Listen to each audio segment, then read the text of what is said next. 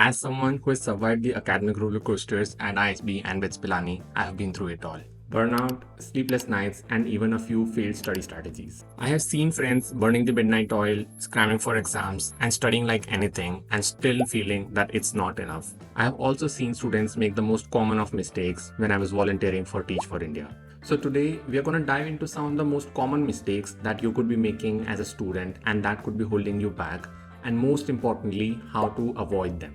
And if this video can help even one student avoid even one of these mistakes, I think it would have been worth making. Hey everyone, welcome back to the channel. If you're new here, I am Renal, an ISB and BITS alum. And today we're going to break down the most common mistakes that students make, that I have made, that my friends have made, and probably you are too.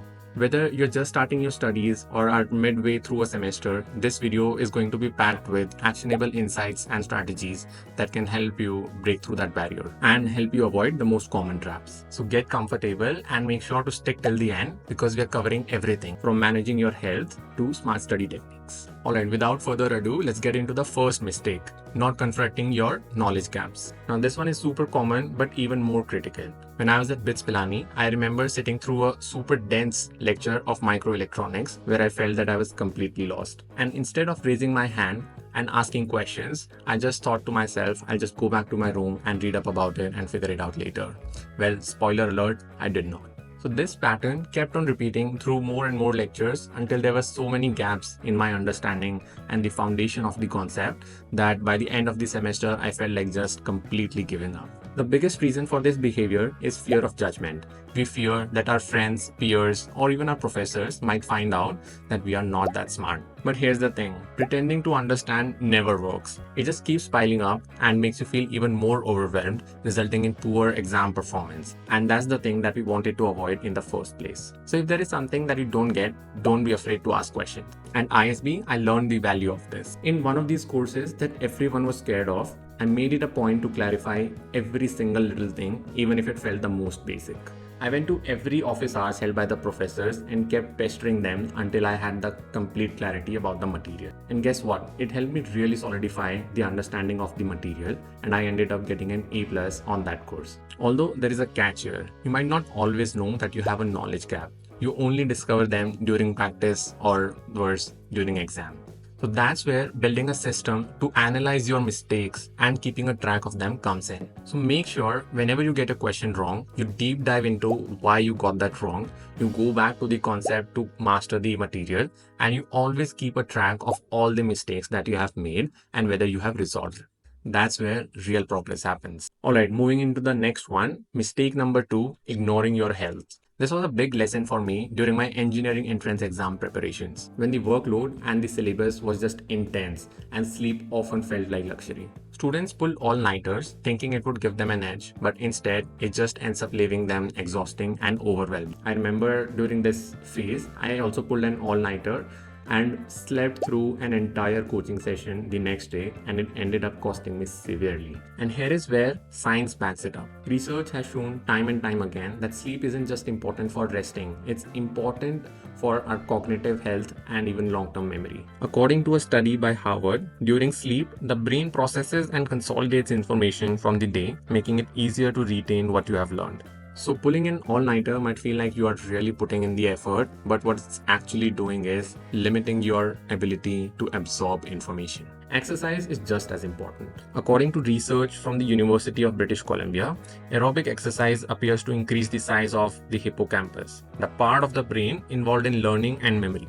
Even short bursts of physical activity can improve focus and cognitive function. Only during my time at BITS Pilani, once I was past the intense engineering entrance exam preparation phase, I realized that even 20 minutes of exercise really helped me get through the day better and helped me focus better in class the whole next day, significantly improving my performance in that semester. So remember, sleep and exercise aren't just luxuries. They're productivity tools that are absolutely necessary to improve your study performance. Mistake number 3, negative self-talk. I'll be honest, this is one that I've struggled with the most and even still do from time to time. At BITS Pilani, there were times when I felt completely out of my depth and I would say things like, I'm not smart enough to be here, or maybe I just failed this semester. But in retrospect, that mindset held me back more than any exam ever could. Later on, I realized the power of reframing my thoughts. For example, instead of telling myself that I wasn't good enough, I would tell myself that I might not be there yet and it may take a considerable amount of time and effort, but I'll eventually get there. It sounds so simple, but it makes a world of difference, as it has done for me in so many topics and exams from there on. Remember, your mindset can be your biggest ally or your worst enemy, so you need to choose very wisely. Next up is mistake number 4, not learning how to learn.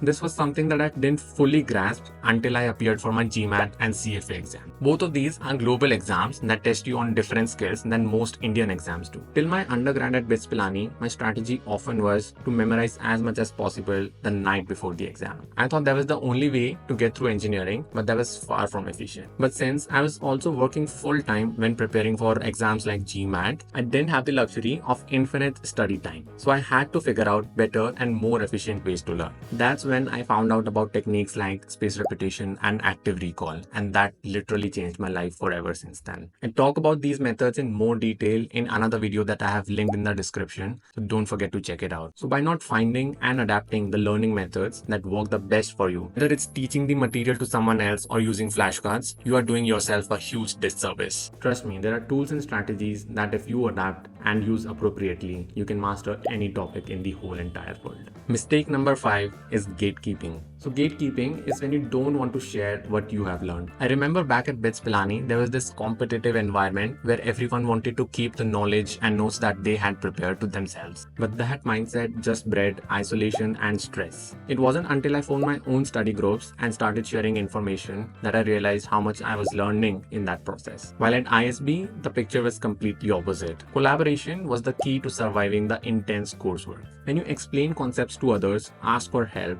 and collaboratively solve a problem, it's a win-win for everyone. That's how things work in the real world as well. You just have to share and collaborate to solve any problem. So studying collaboratively doesn't just make you a better team player, it makes you a better problem solver. And those two traits are what employers value the most. So the key to avoid this mistake is collaborate, don't gatekeep while studying. This brings us to our final mistake for the day, mistake number 6, squandering your free time. At BITS Pilani, whenever I would have a bit of a downtime between classes or after the classes, I would just binge watch shows or scroll through social media. It felt like a great escape. Honestly, it left me feeling even more drained afterward. Only when I started with my first job and free time did not come up so easily, I started using my free time more mindfully. Whether it was picking up on a new hobby, catching up on reading, or just going for a quick workout, it made a huge difference in how refreshed I felt. So the key takeaway here should be free time does not mean unproductive time. If you use your free time to recharge yourself in a way that energizes you, you'll find yourself getting better and more productive on your studies. So those are the 6 mistakes you definitely want to avoid as a student. From my time at BITS Pilani and ISB and prepping for exams like GMAT while also working a full-time job, I've realized that it's about working smart,